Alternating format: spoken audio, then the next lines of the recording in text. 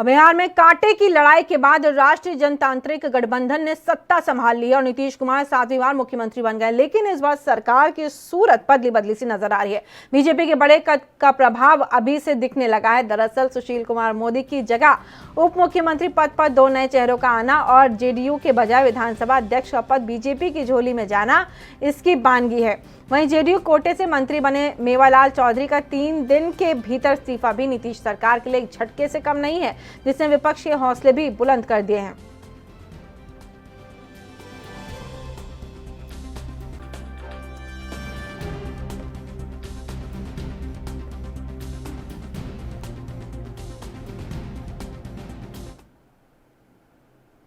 और इसी खबर पर हमारे संवाददाता मिथिलेश जुड़ गए हैं पटना से।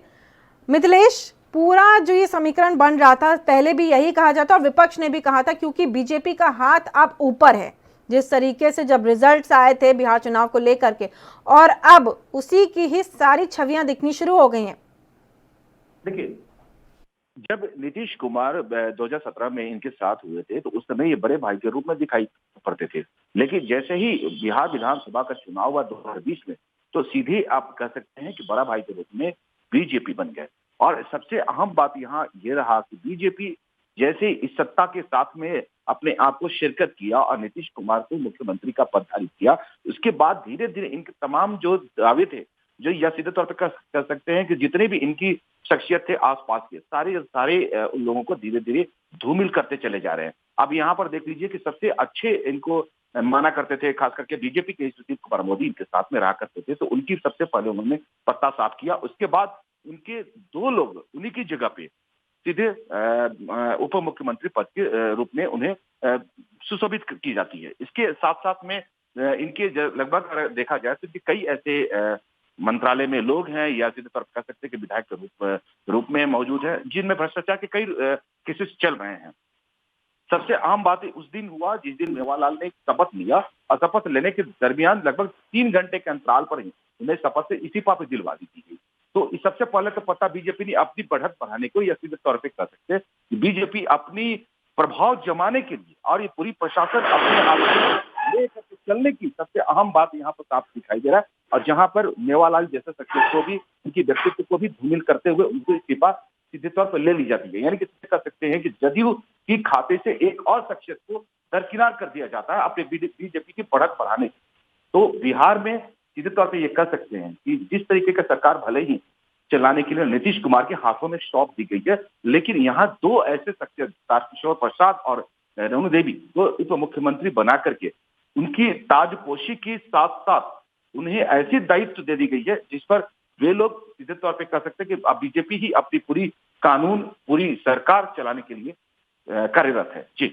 जी मिथिलेश, यानी कि विपक्ष भी जिस तरीके से लगातार कह रहा था कि अब बीजेपी के हाथ में रिमोट है और चेहरा है नीतीश कुमार, अब बीजेपी जैसे चाहेगी वैसे चलाएगी, और वही होते हुए दिख रहा है। मिथिलेश जी बिल्कुल, ये सीधे जिस तरीके से अभी सामने में दिख रहा है, तो पूरी की पूरी दृश्य ही लगभग पूरी आईने की तरह साफ दिख रहा है। यहाँ पर जिस तरीके से यहाँ बीजेपी ने अपनी बढ़त बनाया है, भले ही सरकार के रूप में नीतीश कुमार को पेश कर दिया, लेकिन सरकार इन्हें चलाने की जो पावर होनी चाहिए, जो अधिकार होनी चाहिए, जो दायित्व होनी चाहिए, ये सारे के सारे बीजेपी अपने ही खेमे में रखा है।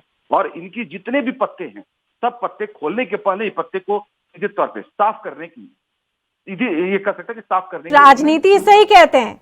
राजनीति यहाँ पर बीजेपी है, क्योंकि बीजेपी के जो मुखिया हैं, जो आला बड़े नेता हैं, जो कहते हैं कि राजनीति जिसे सीखनी हो और जो देखनी हो, वो इस वक्त जो राजनीति चल रही देश में, इससे सीख लेनी चाहिए। नीतीश कुमार का चेहरा, रिमोट कंट्रोल बीजेपी के हाथ में, जैसे चाहेंगे वैसे चलाएंगे। कोई भी बुराई होती है तो उसका ठीकरा सीधा के सीधा नीतीश कुमार के ऊपर फोड़ा जाएगा। मिथिलेश बिल्कुल, देखिए यहाँ पे सरकार सीधे तौर पे कहा जा सकता है कि जदयू के ही सबसे बड़े पदाधिकारी यानी कि नीतीश कुमार के चेहरा को उन्होंने आगे कर दिया। इसके बाद 2 उनको लेकर के अगर कोई भी कार्य होता है तो निश्चित तौर पे ठिकरा तो सीधे नीतीश कुमार के ऊपर में ही पूरेगा कि सरकार मैंने आपके हाथों में दे दिया, कानून आपके हाथों में दे दिया, सब कुछ आपको ही करनी है। लेकिन जब भी करनी होगी, जो भी आपको पारित करनी होगी, जो भी कानून को आपको लानी होगी, निश्चित तौर पर बिना बीजेपी की इजाजत से आपको नहीं करनी है। अगर वो अपनी अधिकार लगाते हैं तो निश्चित तौर पे कोई भी अगर ऐसी गलत कदम उठ गई तो निश्चित तौर पे ठिकरार नीतीश कुमार के ऊपर में ही फूटेगा और ये सबसे बड़ी अवसर होगा बीजेपी का अपने हाथों में सत्ता को लेने का। तो अब ये सीधे कह सकते हैं भले ही सत्ता के ऊपर में यानी कि नीतीश कुमार भले ही मुख्यमंत्री के पद को सुशोभित कर रहे हैं, लेकिन ये जो संचालन है वो सीधे तौर पे केंद्र से ही चल रहा है और ये सीधे कह सकते हैं ये रिमोट बीजेपी के हाथों में है।